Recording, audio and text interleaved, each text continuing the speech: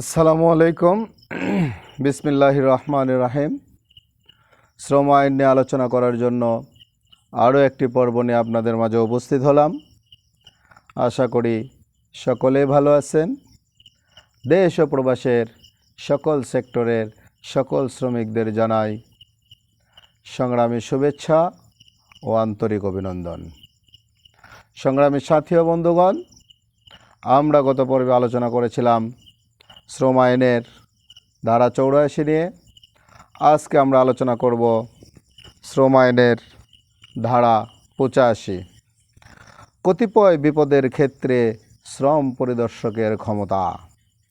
এই আইনে কোনো বিষয় সম্বন্ধে সুস্পষ্ট বিধান নাই, এইরূপ কোনো ক্ষেত্রে যদি শ্রম পরিদর্শকের নিকট ইহা প্রতীয়মান হয় যে কোনো প্রতিষ্ঠান বা উহার অংশ বিশেষ অথবা উহাতে বা উহার সহিত সংশ্লিষ্ট বা উহা কর্তৃক নিয়ন্ত্রিত কোনো ব্যাপার বা রীতি মানুষের জীবন ও নিরাপত্তার জন্য বিপজ্জনক অথবা এমন ত্রুটিপূর্ণ যে উহা মানুষের শারীরিক ক্ষতি করিতে পারে, তাহা হইলে তিনি লিখিত নোটিশ দ্বারা তৎসম্পর্কে মালিককে অবহিত করিতে পারিবেন এবং নোটিশের উল্লেখিত সময়ের মধ্যে ও পদ্ধতিতে যে কারণে উহা বিপজ্জনক বা ক্ষতিকারক বা ত্রুটিপূর্ণ তাহা দূরীভূত করিবার নির্দেশ দিতে পারিবেন।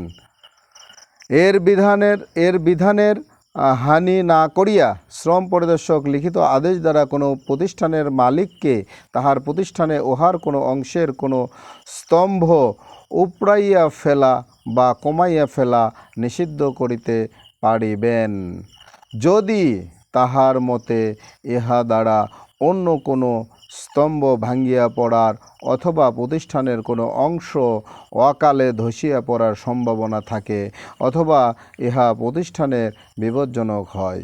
যদি শ্রম পরিদর্শকের মতে কোনো প্রতিষ্ঠানে কর্মরত কোনো ব্যক্তির জীবন ও নিরাপত্তা আশু বিপদের সম্মুখীন তাহা হইলে তিনি সংশ্লিষ্ট মালিককে প্রদত্ত লিখিত আদেশ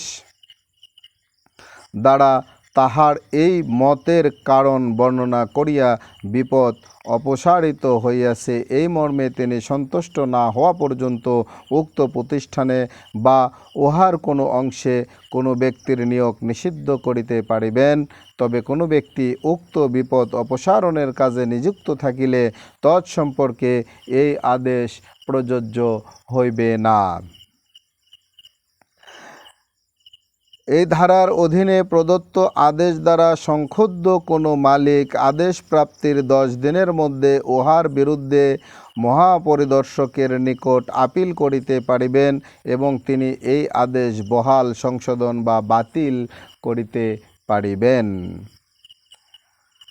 এবং এর অধীনে প্রদত্ত প্রত্যেক আদেশ সম্পর্কে শ্রম পরিদর্শক তাৎক্ষণিকভাবে সরকার নিকট রিপোর্ট পেশ করবেন এবং সংশ্লিষ্ট মালিককে এই রিপোর্ট প্রদান সম্পর্কে অবহিত করিবেন।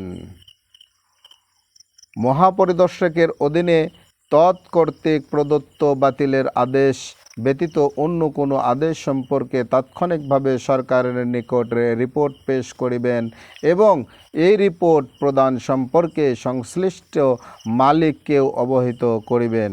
কোনো মালিকের অথবা এর অধীনে প্রদত্ত কোনো আদেশের বিরুদ্ধে আপত্তি থাকিলে তিনি আদেশ প্রাপ্তির 20 দিনের মধ্যে উক্ত আপত্তি এবং উহার কারণ লিপিবদ্ধ করত সরকারের নিকট লিখিতভাবে জানাইবেন এবং সরকার উহা একটি কমিটির নিকট সিদ্ধান্তের জন্য প্রেরণ করিবে। উক্ত কমিটির সিদ্ধান্ত না পাওয়া পর্যন্ত যে আদেশের বিরুদ্ধে আপত্তি উত্থাপন করা হইয়াছে মালিককে উহা মানিয়া চলিতে হইবে। তবে শর্ত থাকে যে মালিকের আবেদনের প্রেক্ষিতে কমিটি উহার সিদ্ধান্ত না দেয়া পর্যন্ত এর অধীনে প্রদত্ত আদেশ সাময়িকভাবে স্থগিত রাখিতে পারিবেন। সুপ্রিয় শ্রমিকগণ, আজকে আমরা যে বিষয় নিয়ে আলোচনা করলাম বিষয়টি অত্যন্ত গুরুত্বপূর্ণ। বাংলাদেশের শ্রম আইনের প্রতি শ্রদ্ধাশীল হয়ে বাংলাদেশের আইনের প্রতি শ্রদ্ধাশীল হয়ে সকল মালিক এবং শ্রমিককে বাংলাদেশের শ্রম আইন মেনে চলার অনুরোধ রেখে আজকের আপনাদের সকলের সুস্বাস্থ্য ও দীর্ঘায়ু কামনা করে আজকের পর্ব এখানে শেষ করছি। আসসালামু আলাইকুম। আল্লাহ হাফেজ।